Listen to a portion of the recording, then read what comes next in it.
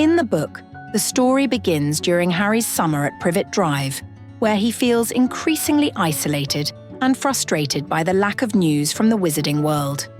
He and Dudley are attacked by Dementors, forcing Harry to use the Patronus charm. This event sets off a disciplinary process at the Ministry of Magic, with Harry threatened with expulsion from Hogwarts. The film simplifies this opening by skipping most of Harry's internal struggle and the Ministry's initial letters back and forth. Instead, the Dementor attack occurs quickly, and Harry is summoned directly to a disciplinary hearing. The book describes the Order of the Phoenix in detail when Harry is rescued from Privet Drive and brought to number 12, Grimmauld Place, Sirius Black's family home. Here, Harry learns about the Order's activities, the history of the Black family, and the tension between Sirius and Molly Weasley regarding Harry's involvement. The film reduces this introduction, showing only a brief glimpse of Grimmauld Place and the Order's members, with limited explanation of their operations or the house's history. Much of the Black family's background, including the significance of the tapestry, Kreacher's role, and Sirius's strained relationship with his relatives, is omitted. At Hogwarts, the book shows Harry facing widespread disbelief from students and even teachers about Voldemort's return. The Daily Prophet, under Ministry control, runs articles undermining Harry and Dumbledore, portraying them as liars. This propaganda campaign isolates Harry further and sets up the larger political conflict. In the film, this extensive media manipulation is minimized. While it is mentioned that people doubt Harry, the systematic smear campaign by the Prophet is largely absent, reducing the sense of coordinated opposition. Dolores Umbridge's role also differs in depth. In the book, she is introduced during Harry's disciplinary hearing at the Ministry and later appointed as the new defense against the dark arts teacher. Her presence at Hogwarts is gradual, with each new educational decree restricting student freedom, reshaping Hogwarts life step by step, and emphasizing the Ministry's control. In the film, her arrival is faster, and her decrees are condensed into a montage, which skips much of the slow-building tension from the novel. Quidditch is another area of major omission. In the book, Quidditch continues as an important subplot, with Ron joining the Gryffindor team and facing ridicule, known as Weasley is our king. This storyline explores Ron's insecurity and eventual growth. The film removes most of the Quidditch subplot, cutting out not only Ron's arc, but also a central piece of Hogwarts life that grounds the story in student experiences beyond the larger conflict. Ron does still make the Gryffindor house team as keeper. Dumbledore's army is explored in much greater detail in the book. Hermione conceives the idea after realizing students are not being taught defensive magic, and she cleverly organizes the group by using a bewitched parchment that alerts her if anyone betrays them. Meetings in the Room of Requirement are described over several chapters, with students practicing spells, growing more confident, and building solidarity. The film keeps the basic concept, but condenses it into a shorter sequence, where the group quickly progresses through training with less emphasis on individual growth or the secretive logistics Hermione set up. Marietta Edgecombe betraying the DA and having sneak branded across her face in acne due to Hermione's cursed parchment was a removed subplot from the book that added depth to the seriousness of the situation at Hogwarts.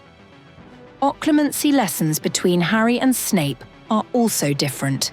In the book, these lessons are frequent and described in detail, with Harry struggling to close his mind against Voldemort's intrusions. Tension grows as Harry feels violated by Snape's attempts to enter his thoughts, and the sessions highlight Harry's vulnerability and Snape's harshness. The film reduces this entire subplot to only a couple of scenes, skipping much of the psychological strain and the importance of occlumency in preparing Harry against Voldemort's mental influence. Hagrid's absence and return are another point of divergence. In the novel, Hagrid is missing when the school year begins because he is on a mission for Dumbledore, trying to recruit the Giants. When he finally returns, he explains this dangerous mission to Harry, Ron, and Hermione, and introduces them to his half-brother, Grawp. In the film, Hagrid's absence is not explained, and when he returns, the subplot with the giants is only briefly referenced. Grawp is introduced, but with far less background, and the larger diplomatic effort with the giants is omitted. The book expands significantly on the theme of resistance within Hogwarts. Fred and George Weasley's rebellion is spread over several chapters as they escalate their pranks against Umbridge, culminating in a spectacular exit with fireworks, swamp magic, and chaos that the staff subtly encourages. This event is a memorable high point of student defiance. In the film, their rebellion is shortened to a single highly visual fireworks scene, removing the gradual build-up and the ongoing defiance they represent. The tribute from Peeves to the twins is also removed as Peeves wasn't part of the films. In the novel, Firenze the Centaur replaces Trelawney after Umbridge dismisses her. This subplot explores the divisions among the centaurs, the tension between Firenze and his herd, and Harry's exposure to different forms of magical teaching. The film omits Firenze entirely, cutting both the classroom content and the conflict with the other centaurs. The Department of Mystery's mission is set up with more complexity in the book. Harry experiences repeated visions of Voldemort torturing Sirius, and despite attempts to resist, he becomes convinced Sirius is in danger. The tension builds through a series of conversations and warnings from Hermione, who suspects the vision may be a trap. The film simplifies this by showing Harry receive a single strong vision and immediately rushing to rescue Sirius, without the extended build-up of doubt, persuasion, and argument among the group. The Department of Mysteries sequence is far more elaborate in the book. The group encounters a series of chambers, each with its own mysteries and magical dangers. The room with the ever-spinning doors, the brain room with aggressive magical brains, and the death chamber containing the mysterious veil. These episodes emphasize the strangeness of the department and test the group in different ways. In the film, almost all of these rooms are removed. The story moves directly into the Hall of Prophecy with no exploration of the department's other enigmas. The battle between the Death Eaters and the members of Dumbledore's army is also more detailed in the novel. Each student has specific moments of bravery and injury. Neville suffers a broken nose, Ginny is knocked unconscious, and Luna is stunned, showing the high cost of their resistance. The fight stretches across multiple rooms before ending in the Hall of Prophecy. In the film, the battle is shorter and visually stylized, with less focus on the individual injuries and the endurance of the students. The arrival of the Order of the Phoenix and the larger duel is also handled differently. In the book, Sirius, Lupin, Tonks, Kingsley, and Moody join the fight, engaging the Death Eaters across the department. The duel is chaotic and dangerous, showing the competence of both sides. In the film, the Order's appearance is briefer, with the battle staged primarily in the Death Chamber. This shortens the scope of the confrontation and removes many of the tactical exchanges present in the book. Sirius Black's death is treated differently in tone and pacing.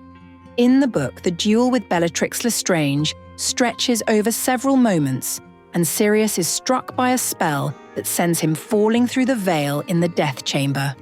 His death is sudden and ambiguous, leaving Harry confused about whether Sirius is truly gone. The film changes this by showing Bellatrix explicitly hit Sirius with the killing curse before he falls through the veil, making his death more visually final and less mysterious. Dumbledore's duel with Voldemort is also presented with different emphasis. In the novel, their battle in the atrium of the Ministry of Magic is described in detail, with Dumbledore using transfiguration and elemental magic, such as turning a statue into a protector and conjuring streams of water, while Voldemort counters with equally powerful spells. The film depicts the duel with heavy visual effects, focusing on fire and water, but simplifies the variety of magical techniques Dumbledore uses. The protective statues are omitted, narrowing the complexity of the fight. The possession of Harry by Voldemort is handled differently as well. In the book, Voldemort invades Harry's mind and body, filling him with unbearable pain while taunting Dumbledore to kill him, to destroy them both. Harry overcomes the possession by focusing on his love for Sirius, which drives Voldemort out.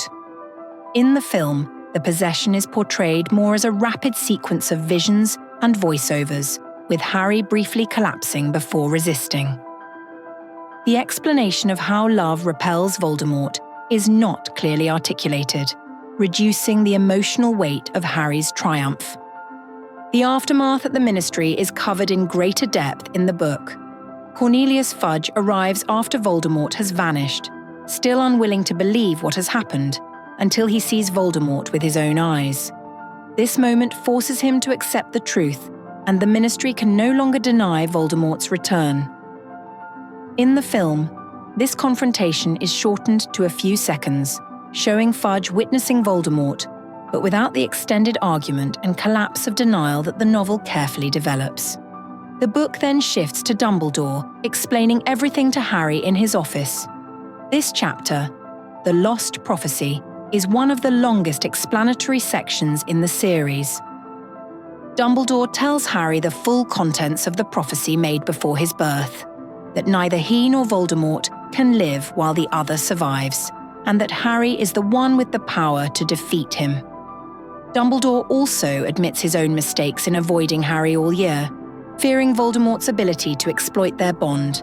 The film shortens this drastically, with Dumbledore giving only the prophecy's central line and omitting his confession of guilt and Harry's deep emotional reaction. Finally, the return to Hogwarts is more reflective in the novel.